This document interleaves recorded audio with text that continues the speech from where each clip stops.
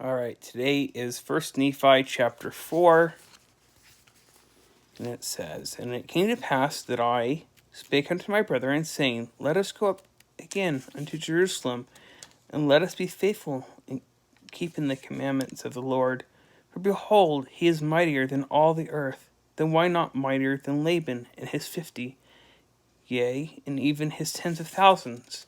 Therefore let us go up, let us be strong like unto Moses, for he truly spake unto the waters of the Red Sea, and they divided hither and thither. And our fathers came through out of captivity on dry ground, and the armies of Pharaoh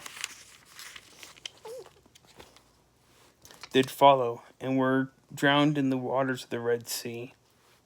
And now behold, ye know that this is true, and ye also know that an angel hath spoken it unto you. Wherefore can ye doubt? Let us go up. The Lord is able to deliver us, even as our fathers, and to destroy Laban, even as the Egyptians. Now when I had spoken these words, they were yet wroth, and did still continue to murmur. Nevertheless, they did follow me, until we came without the walls of Jerusalem. And it was by night, and I caused that they should hide themselves without the walls. And after they hid themselves, I, Nephi, crept into the city, and went forth towards the house of Laban. And I was led by the Spirit, not knowing beforehand the things which I should do. Nevertheless, I went forth, and as I came near unto the house of Laban, I beheld a man, and he had fallen to the earth before me, for he was drunken with wine. And when I came to him, I found that it was Laban. And I beheld his sword, and I drew it forth from the sheath thereof. And the hilt thereof was pure gold, and the workmanship thereof was exceedingly fine. And I saw that the blade thereof was of the most precious steel. And it came to pass that I was constrained by the Spirit that I should kill Laban. But I said in my heart, Never at any time have I shed the blood of man. And I shrunk, and would that I might not slay him. And the Spirit said unto me again, Behold, the Lord hath delivered him into thy hands. Yea, and I also knew that he had sought to take away mine own life. Yea, and he would not hearken unto the commandments of the Lord, and he also had taken away our property. And it came to pass that the Spirit said unto me again, Slay him, for the Lord hath delivered him into thine hands. Behold, the Lord slayeth the wicked to bring forth his righteous purposes. It is better that one man should perish than a nation should dwindle and perish in unbelief. And now when I, Nephi, had heard these words, I remembered the words of the Lord, which he spake unto me in the wilderness, saying that inasmuch as thy seed shall keep my commandments, they shall prosper in the land of promise. Yea, and I also thought that they could not keep the commandments of the Lord according to the law of Moses, save they should have the law. And I also knew that the law was engraven upon the place of brass. And again I knew that the Lord had delivered Laban into mine hands for this cause, that I might obtain the records according to his commandments.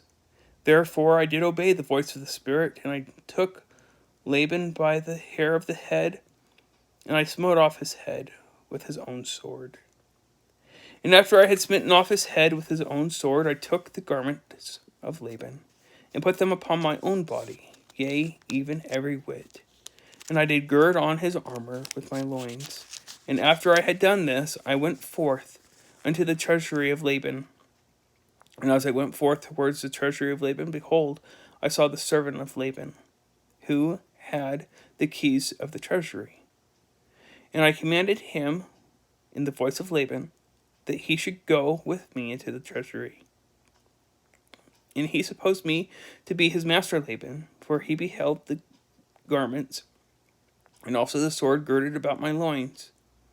And he spake unto me concerning the elders of the Jews, he knowing that his master Laban had been out by night among them. And I spake unto him as if it had been Laban. And I also spake unto him that I should carry the engravings which were upon the plates of brass to my elder brethren who were without the walls. And I also bade him that he should follow me.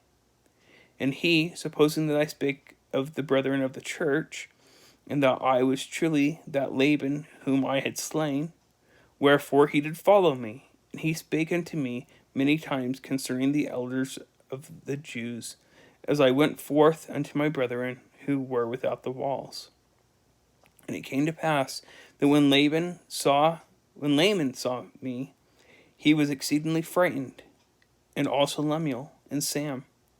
And they fled from before my presence, for they supposed it was Laban, and that he had slain me, and had sought to take away their lives also. And it came to pass that I called after them, and they did hear me, wherefore they did cease to flee from my presence.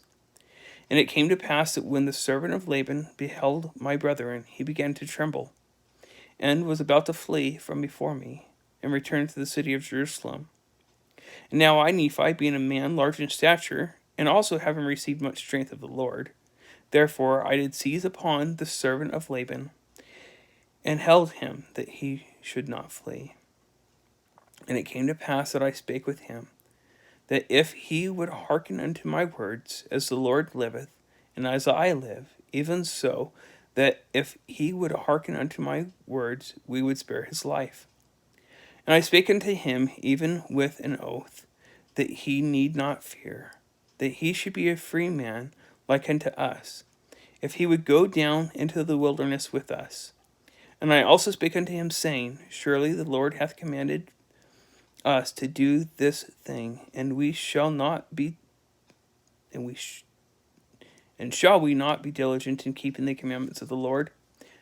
Therefore, if thou wilt go down into the wilderness to my father, thou shalt have place with us.